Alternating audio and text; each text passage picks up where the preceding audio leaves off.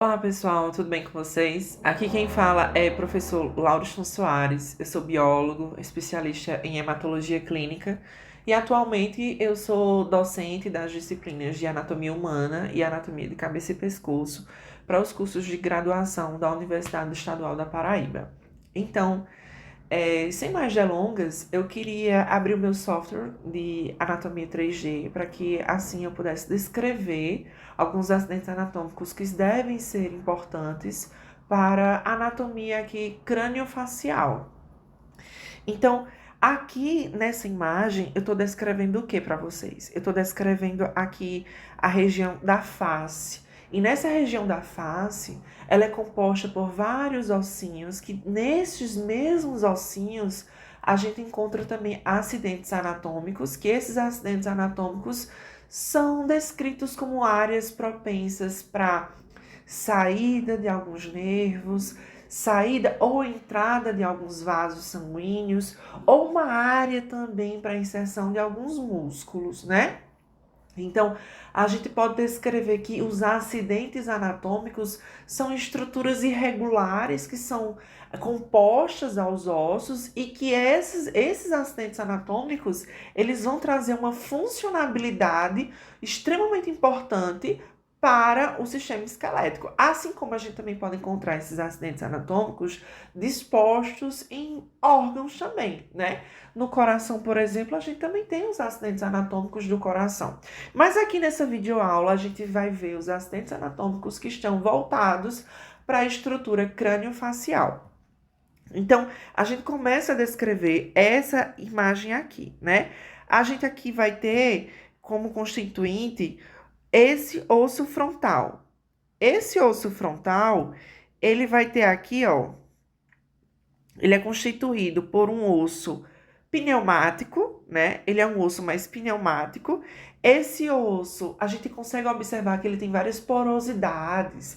E essas porosidades é justamente dando característica a esse osso, ele ser menos pesado, ele é um osso mais leve, é um osso mais poroso. Não é como, por exemplo, um osso compacto, né? Qual é a característica de um osso compacto? Um osso compacto é aquele osso rígido, forte, que aguenta grandes choques mecânicos. Já esse osso frontal, ele não tem essas características, né? Ele é um osso pneumático, assim como ele também pode ser classificado como um osso laminar. Então, a gente pode descrever dessa seguinte maneira. Então, ainda aqui nessas configurações, a gente pode observar outras estruturas, como por exemplo, aqui a gente observa os forames, né? Aqui, por exemplo, a gente vai ter o forame infraorbitário. Aqui, ó, a gente tanto vai ter no lado esquerdo como no lado direito. Esses forames, eles vão ter a capacidade para ser a saída dos nervos, né? Os nervos que inclusive irão inervar a pálpebra inferior. Aqui nessa região, a gente vai ter a pálpebra inferior, que vai ajudar nesse processo, né, de piscar os olhos, né? Então, aqui a gente vai ver que essa área é chamada de forame infraorbitário para que haja a saída dos nervos que irão dar inervação para a pálpebra inferior. Que a gente vai ver que a pálpebra superior, ela vai ser inervada já por outros grupos de nervos, certo? Então, a gente pode ter entendimento, a princípio, desse tipo de configuração. Então, aqui a gente também pode observar outras estruturas a serem importantes para serem mencionadas, como por exemplo, aqui a gente vai ter uma estrutura chamada de Vollmer. Aqui eu posso descrever como Vollmer, né? Assim como vocês estão observando aqui, ó, os ossos nasais. Esses ossos nasais, eles são divididos em lado direito e lado esquerdo. esses ossos nasais, certo? Então, a gente pode encontrar esses ossos nasais situados bem nessa região. Aí vocês me perguntam, mas professor, e toda a extremidade do nariz, ela é constituída pelo quê? A gente vai encontrar constituído aqui no nariz por tecido cartilaginoso. Então, toda a extremidade do nariz, até o ápice e a asa do nariz, é constituído por tecido cartilaginoso, que vocês vão ver isso mais na histologia. Então, aqui a gente pode observar ainda as estruturas do osso alveolar. O que é um osso alveolar, gente? Um osso alveolar é essas estruturas que eu estou aqui apontando para vocês. E esse osso alveolar, ele faz parte do periodonto de sustentação. O que é isso? Periodonto de sustentação. Periodonto de sustentação é justamente essa área que vai sustentar os dentes, né? Vai sustentar os dentes, independentemente de ser qualquer outro grupo dentário. Por quê? Porque aqui dos grupos dentários a gente vai ter os incisivos centrais, que vão ser esses daqui, né? Incisivos centrais. Depois a gente vai ter os incisivos laterais, que vão ser esses daqui. A gente depois vai ter os caninos. E aí, quando eu descrevo incisivo central, lateral e canino, esses grupos eu estou descrevendo que são grupos de dentes anteriores. Dentes anteriores. Mas quando eu quero descrever o grupo dos dentes posteriores, eu vou descrever aqui, ó, que são constituídos pelos dentes premolares, aqui, ó, premolares e molares. A gente descreve esses grupos de dentes como dentes posteriores, que eles vão participar mais desse processo mastigativo, de maceração, de trituração do alimento. Então, aqui a gente ainda observa nessa região da face algumas estruturas também muito importantes, como por exemplo, aqui eu vou ter o quê? Então, vendo essa área triangular, tem um formatozinho, né, triangularzinho, eu vou chamar isso daqui, ó, de protuberância mentual. Isso daqui eu vou descrever como protuberância mentual. Assim como na lateralidade, eu vou chamar de tubérculo mentual. Isso daqui vai ser o tubérculo mentual. E você, quem é meu aluno sabe que aqui a gente vai ter outros forames, né? Aqui a gente vai ter outros forames. Estão vendo esse espaçozinho aqui? Isso daqui, gente, é chamado de forame mentual. Ou seja, é um espaço propenso para que haja a saída de nervos e vasos que vão para essa região alveolar, né? Esses nervos e vasos que vão para essa região alveolar. Então, a gente ainda vai ter aqui algumas estruturas. Olha só. Aqui, ó, a gente vai ter o osso zigomático. Aqui a gente vai ter o osso zigomático, que ele geralmente está associado a essa região da bochecha, né? Aqui é o osso zigomático. Aqui a gente vai ter a órbita ocular, assim como a gente vai ter essa região que é chamada de glabela. Glabela. E aqui é o arco do supercílio, essa região. Ela também vai ter a inserção dos músculos da expressão facial, certo? Então, aqui a gente também observa, ó, uma regiãozinha aqui, ó, que eu vou mostrar para vocês agora. Essa regiãozinha aqui, ó.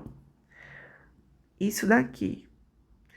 Essa região é geralmente uma região onde se encontra a fossa da glândula lacrimal, né? É nessa região onde a glândula lacrimal ela vai ficar alojada. Então, aqui nessa região, a gente também encontra o arco do osso zigomático, aqui, ó, o arco do osso zigomático. E essa região ela é muito importante porque é um espaço para que haja a inserção, por exemplo, dos músculos da mastigação. Por exemplo, nessa região mais inferiorizada do arco do osso zigomático, a gente vai ter o nascimento, né, a origem do osso, do músculo massetérico, perdão, do músculo massetérico. E esse músculo massetérico, ele vai ficar bem aqui nessa regiãozinha, onde vai ficar situado o ramo da mandíbula, que ele é um músculo que vai estar mais voltado para os movimentos mandibulares, no quesito de levantar a mandíbula, né? Abrir a mandíbula, para que a gente inicie esse processo mastigativo.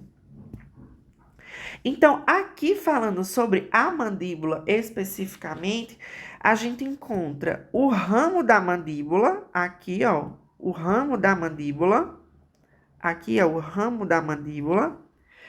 Aqui eu vou chamar de cabeça da mandíbula.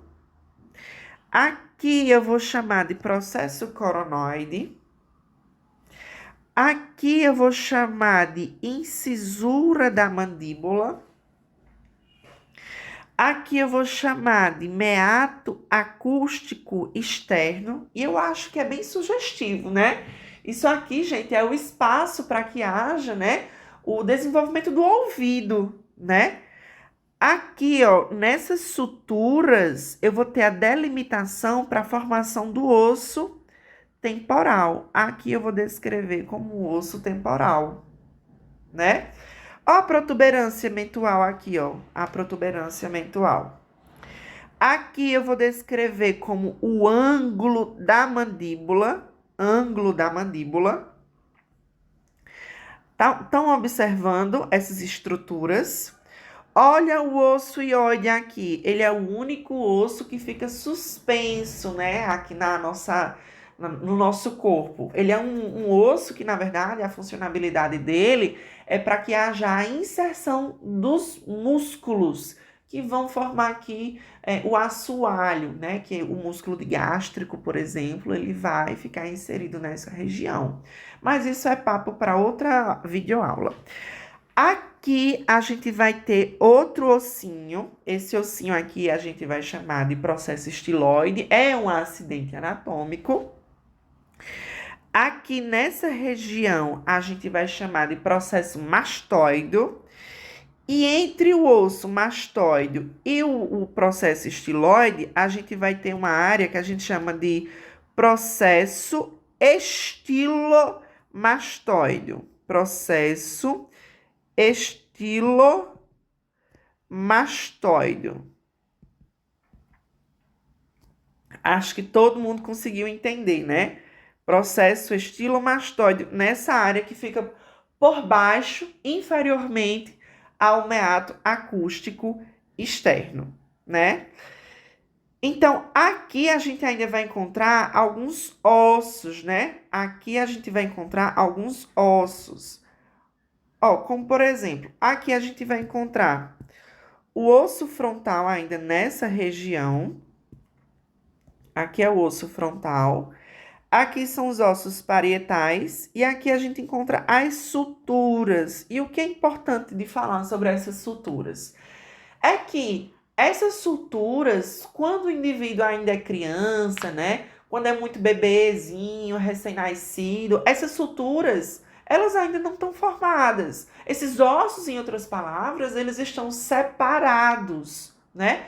Porque ainda haverá o desenvolvimento craniofacial, o cérebro ele ainda vai continuar com seu desenvolvimento. E para quem não sabe, o cérebro ele não fica completamente formado quando a gente nasce, né? Após o nascimento, o cérebro ele continua com seu processo de desenvolvimento. E a gente tem um percentual que até os 24 anos de idade, esse cérebro ainda continua num processo de desenvolvimento, o que a gente chama de neuroplasticidade, né? Ele vai encontrando ainda o seu processo de desenvolvimento, até porque a gente ainda vai aprender a falar, a gente ainda vai aprender outras outras características. Enfim, o cérebro, a massa encefálica, ele continua com o seu processo de desenvolvimento. E por essa razão, as crianças vão ter aqui uma área aberta, que popularmente as pessoas conhecem por moleira, né? Moleira. Mas essa área a gente chama de fontanela, né? Fontanela. Minha letra tá horrível, mas vai ser assim mesmo. Então, essa área a gente consegue observar que em crianças é um espaço que a gente consegue até observar que é um espaço meio que triangular. Vocês vão observar em ossos de crianças que essa área é aberta, meio que um triângulozinho. Então, aqui a gente também encontra o osso occipital. Essa área aqui é o osso occipital. E fazendo a união entre essas suturas, a gente chama de sutura lambdoide. Ou também pode ser chamada de lambda, né? Essa sutura aqui. Então, aqui a gente pode observar as primeiras vértebras, né? Como é o nome da primeira vértebra? A primeira vértebra, a gente pode descrever ela como Atlas. E ela tem uma analogia para isso, né? A analogia dela é justamente estar voltada. Deixa eu só ocultar aqui. A mitologia grega, né? Aqui é o Atlas. O Atlas, ele traz a mitologia grega porque é como se fosse um deus segurando o mundo, né? O Atlas segurando o mundo, que é a nossa cabeça. E aqui a gente vai ter a segunda vértebra, que é chamada de axis. E o que é importante da gente mencionar sobre o axis? O axis, ele vai ter esse processo dentoide que parece um dente, né? Que ele faz um encaixe perfeito ali com o Atlas, né? Nas suas extremidades articulares. Olha o que é importante da gente conseguir observar nessas estruturas aqui. A gente consegue observar esse osso aqui, o osso hioide, né? Aqui eu posso descrever como o corpo do hioide, né? O corpo do hioide, o corno menor e o corno maior do osso hioide, certo? Então, aqui eu posso observar, por último, os dentes. Então, eu vou só deixar aqui os dentinhos mais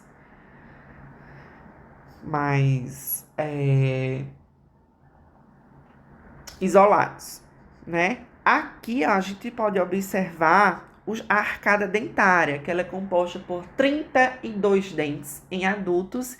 E em crianças, a gente vai observar que esses dentes, a gente vai ter uma arcada constituída por 20 dentes. Então, isso vai ser tema para nossa próxima aula, certo, pessoal? Eu espero que vocês tenham gostado do conteúdo, da riqueza desse conteúdo, né? Onde a gente pode desbruçar sobre os acidentes anatômicos. Compartilhe aí com seus amigos. Deixe seus comentários para que eu possa observar quais são as suas principais dúvidas. Posteriormente, curtam esse vídeo para que eu possa compreender se vocês estão gostando desse tipo de conteúdo. E não se esqueçam de se inscrever no meu canal para que vocês possam receber as novas atualizações dos meus vídeos. Então é isso, pessoal. Eu espero que vocês tenham gostado no fundo do meu coração. E a gente fica para o próximo vídeo. Até mais!